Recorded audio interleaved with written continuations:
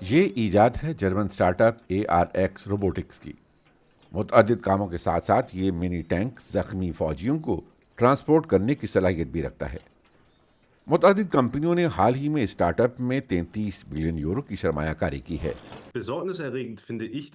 ایسا نہیں کہ صرف یوکرینی جنگ کے بعد ہی مجھے احساس ہوا کہ یورپ کو اپنے دفاع کے لیے خود آگے بڑھنا ہوگا۔ یورپ کو بھی سمجھ آ چکی ہے کہ دفاعی صلاحیتوں کے حوالے سے یورپ کو خود اپنا دفاع کرنا ہوگا۔ اس حوالے سے یورپی ممالک صرف امریکہ پر ہی انحصار نہیں کر سکتے ہیں۔ کوانٹم سسٹمز جیسے نئے سٹارٹ اپ کے تیار کردہ فی ڈرون کی قیمت تقریباً 1,80,000 یورو ہے۔ آج کل ان ڈرونز کی مانگ بہت زیادہ ہے۔ یہ ادارہ البتہ یہ نہیں جانتا کہ اس کی بنائی گئی مصنوعات کا استعمال فوجی مقاصد کے لیے بھی کیا جائے گا یا نہیں۔ ہم یہ مصنوعات بغیر آرڈرز کے ہی بنا رہے ہیں، لیکن ہمیں مارکیٹ کی ضروریات کا اندازہ ہے۔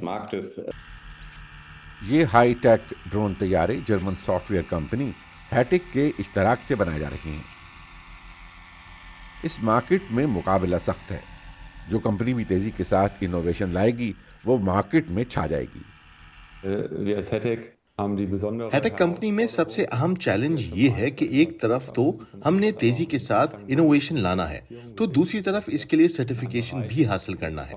اس کے لیے اعلیٰ معیار برقرار رکھنا لازمی ہے، جو ہم کر بھی رہے ہیں۔ جرمن مسلح افواج کسی ٹینڈر کو جاری کرنے کے بعد خریداری تک کئی سال لگا دیتی ہے۔ یہ سست روی نئے سٹارٹ اپس کے لیے حوصلہ شکنی کا باعث ہے، کیونکہ ان کے پاس زیادہ سرمایہ نہیں ہوتا اور فوج کی طرف سے فیصلہ کرنے میں تاخیر ان کے لیے مالی مشکلات کا باعث بن سکتی ہے۔ ایک اور مسئلہ یہ ہے کہ آرمز پروڈکشن کے لیے درکار زیادہ تر پارٹس یورپ کے باہر سے درآمد کیے جاتے ہیں۔ جب بات دفاع کی ہو تو ہمیں ان ممالک پر انحصار نہیں کرنا چاہیے جنہیں ہم پہلے ہی اپنے اسٹریٹجک مخالف سمجھتے ہیں۔ یہ بہت نقصان دہ ہو سکتا ہے۔ اس لیے اب ہمیں جلد از جلد یہ یقینی بنانا ہوگا کہ اہم معلومات یورپ میں دستیاب ہوں۔ اہم ڈھانچے اور پیداوار بھی یورپ میں ہی ہونا چاہیے۔